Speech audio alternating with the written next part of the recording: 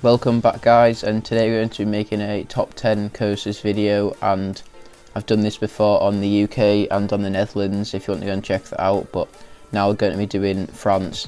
Just to tell you, I've not done all of the roller coasters here, but I've done most of them, so I think my opinion is pretty valid on some of these coasters, and the other ones I'll give my best opinion.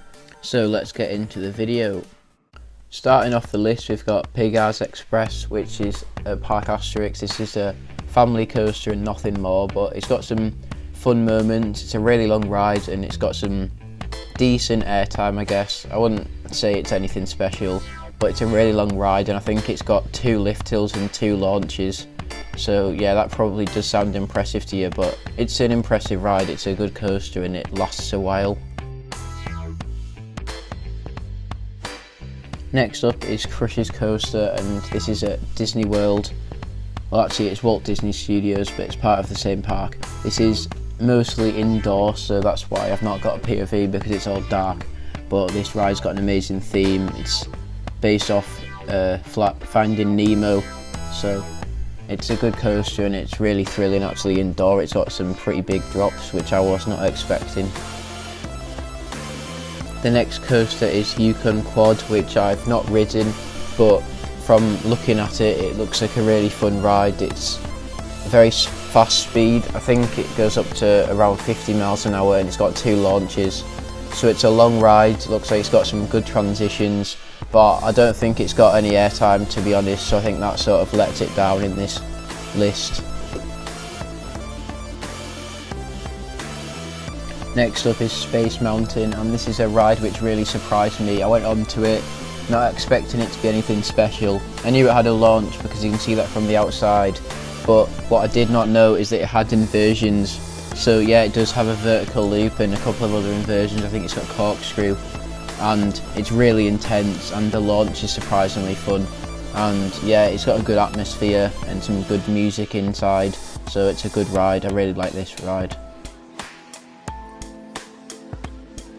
The Rock and Roller Coaster has closed to be rethemed to Iron Man, so don't expect any of this to go when you ride it next, but I found this really smooth and it's got a really powerful launch, and I loved the Aerosmith. I don't even know what that band is. I think I've heard of them, but I really like the theme and it's got good music and a good atmosphere, so it's sad to see it close. Kicking off the top 5 is a wooden roller coaster which had so much potential, but it is very, very rough. But this first drop's probably one of the best drops on a roller coaster, I'm not gonna lie. It's in that tunnel as well, it's so loud, and this ride surprisingly got amazing airtime and it's really wild, but it genuinely does hurt. It's pretty painful, it's very rough, but it's a wild coaster and it's a fun ride.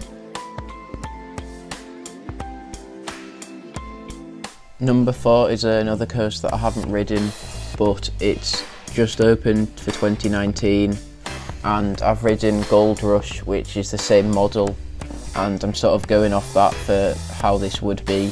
Gold Rush I found pretty rattly, but I don't think this will be as rattly, and it's also slightly longer than Gold Rush, but it's still not a long ride, but Gold Rush was very short, so I've put this at number 4.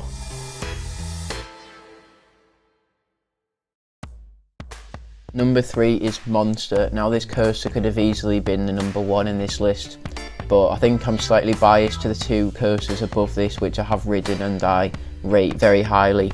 So because I've not ridden this, I think there is a little bit of bias in there, but it looks like a really good B&M invert. Something that lets it down though is just how it looks. It looks a bit of an eyesore, to be honest. It looks a little bit ugly.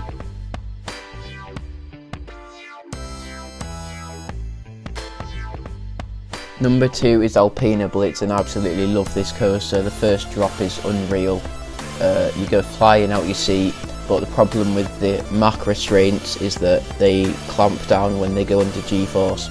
But talking about G-force, that first turnaround is so intense, you grey out almost every time. And then the rest of the ride's just got so much airtime. And yeah, I love this coaster to bits, it's so good. So my favourite roller coaster in all of France is Oziris at Parc Astérix, and I feel like I like this coaster more than I should do. It's a pretty tame B&M invert. It's not super intense, but something that I love about it is how much airtime it's got.